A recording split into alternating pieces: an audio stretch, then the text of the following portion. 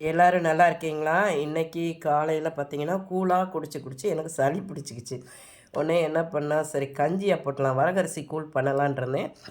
சரி இது கஞ்சியா போட்டுறலாம். ஏன்னா இது வரகரிசி, திணையரிசி, சாமை, குதிரைவாலி, பனிவரகு இந்த அரிசி 5 அரிசிலையும் இதே மாதிரி நம்ம கஞ்சி காய்ச்சி சாப்பிட்லாங்க. இது எப்படின்னா, 1 டம்ளர் வரகரிசிக்கு 1/2 டம்ளர் பாசிப்பருப்பு. தண்ணி வந்து எவ்வளோ நாள் ஊற்றிக்கலாம். ஏன்னா வரகரிசி வந்து ரொம்ப தண்ணி இழுக்கும் பார்த்துக்கோங்க. ஒரு இப்போ 1 டம்ளர் அரிசியும் 1/2 டம்ளர் பருப்பு எடுத்திருந்தோம்னா, நம்ம அதுக்கு ஒரு 6, 7 டம்ளர் கூட எடுத்துக்கலாம்.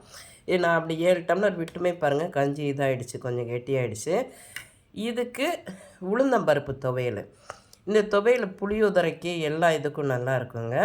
இந்த கஞ்சி அதான் நான் சொல்கிறேன் இல்லையா, கஞ்சி கூழ் இதெல்லாம் சாப்பிடும்போது நமக்கு உடல் எடை குறைக்கிறதா இருக்கட்டும், சுகர் பிரச்சனை, உடம்புல ஏதாவது ஒரு வியாதி இருக்குது அப்படின்னா அதுக்கு வந்து இந்த மாதிரி உணவுகள் ஈஸியாக ஜீரணாகும், உடம்பு நல்லா இருக்கும் பார்த்துக்கோங்க. உடல் எடையும் குறைக்கும், அதே சமயம் ஆரோக்கியமாகவும் இருக்கும் பார்த்துக்கோங்க உடம்பு. இந்த கஞ்சி இந்த நான் சொன்னேன்ல அந்த அளவு, அந்த 1 1/2 டம்ளர் அதுக்குள்ளே வேறு பேச ஆரம்பிச்சிட்டேன். 1 1/2 டம்ளர் அரிசிக்கு 1/2 டம்ளர் பாசிப்பருப்பு, 5 பல் பூண்டு, 1 டீஸ்பூன் ஜீரகம், 1 டீஸ்பூன் 1/2 டீஸ்பூன் வெந்தயம், கொஞ்சம் பெருங்காயத்தூள் போட்டு வேக வச்சு மசித்து எடுத்து குடிக்க வேண்டியதாங்க. சூப்பரான கஞ்சி. இது நீங்கள் அந்த 5 அரிசிலையுமே இதே மாதிரி கஞ்சி செஞ்சு சாப்பிட்லாம்.